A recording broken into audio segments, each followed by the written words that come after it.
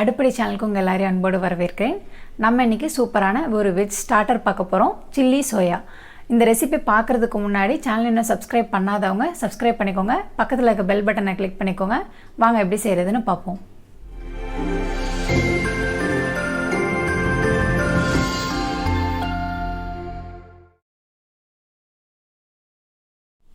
நான் இன்றைக்கி medium size soya chunks எடுத்திருக்கேன். அதை ஹாட் வாட்டரில் ஃபஸ்ட் சோக் பண்ணிடுவோம். 100 கிராம் சோயா சங்க்ஸ் எடுத்திருக்கேன். இதை ஒரு பவுலில் போட்டுட்டு சுடு தண்ணி ஊற்றி நல்லா ஊற வச்சிடலாம்.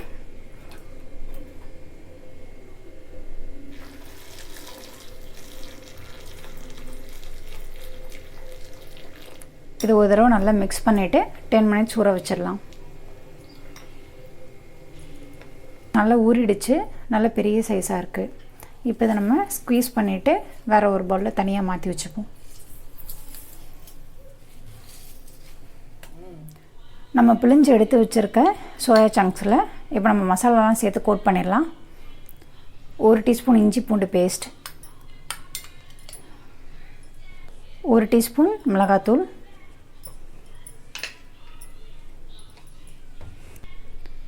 உப்பு தேவையான அளவு, 2 டீஸ்பூன் கார்ன்ஃப்ளவர்,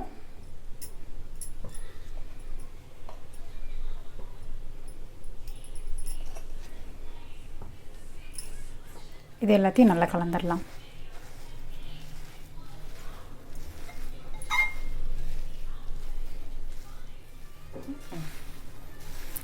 சோயா சங்க்ஸ் வந்து நம்ம நல்லா கோட் பண்ணியாச்சு.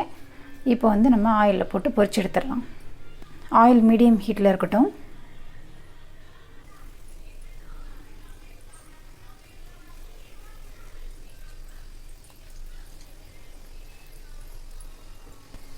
கொஞ்சம் கொஞ்சமாக போட்டு பொரிச்சு எடுத்துப்போம்.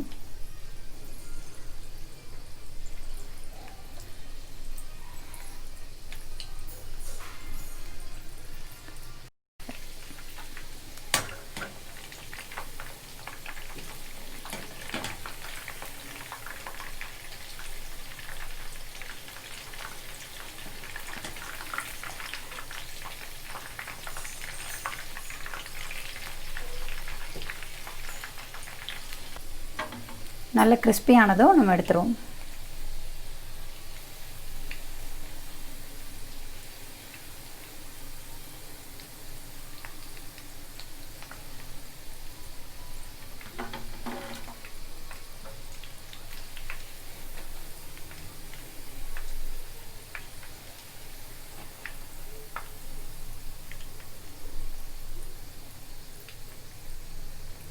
ஒரு பேன் ஹீட் பண்ணிக்கலாம். ஹீட் ஆனதும் 1 டேபிள் ஸ்பூன் ஆயில் சேர்த்துப்போம். எண்ணெய் சூடானதும் 2 டேபிள் ஸ்பூன் பொடியாக நறுக்கின கார்லிக், 2 டேபிள் ஸ்பூன் பொடியாக நறுக்கின இஞ்சி,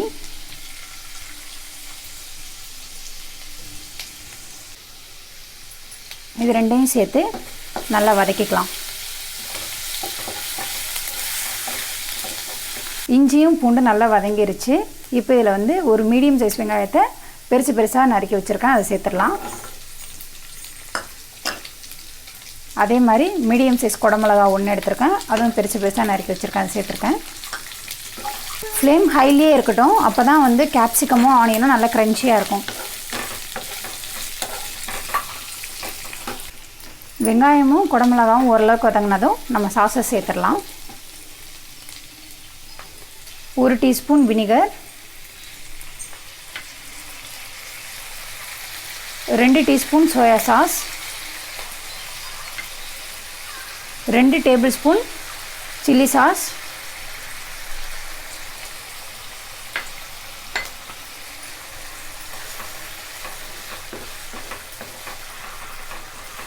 ஒரு தடவை நல்லா மிக்ஸ் பண்ணிப்போம். இது கூட 1 டீஸ்பூன் காஷ்மீர் சில்லி பவுடர் சேர்க்குறேன்.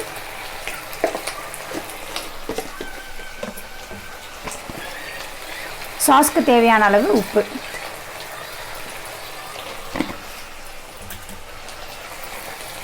நல்லா மிக்ஸ் பண்ணிப்போம்.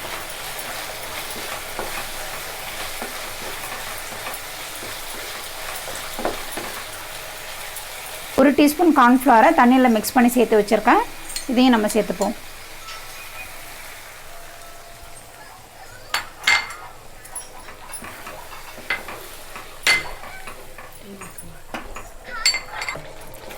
சாஸ் ரெடி ஆகிடுச்சு. இப்போ நம்ம ஆல்ரெடி டீப் ஃப்ரை பண்ணி வச்சுருக்கோம் சோயா சங்க்ஸை நம்ம சேர்த்துப்போம்.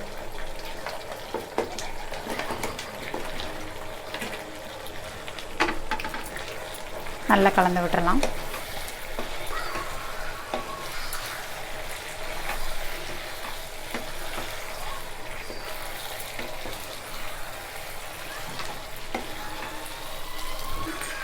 இப்போ இது கூட ரெட் சில்லி சேர்த்துக்கிறேன்.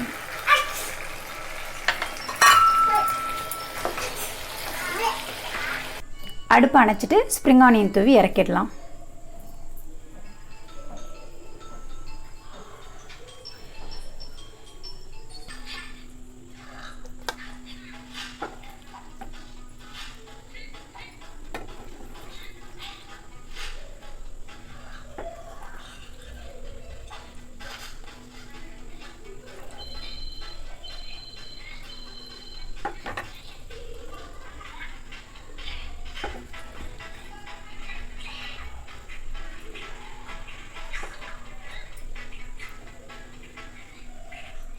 நம்மளோட சுவையான சில்லி சோயா இப்போ ரெடி ஆகிடுச்சு. இந்த ரெசிபி உங்களுக்கு பிடிச்சிருந்தா உங்கள் ஃப்ரெண்ட்ஸ் அண்ட் ஃபேமிலியோட ஷேர் பண்ணிக்கோங்க.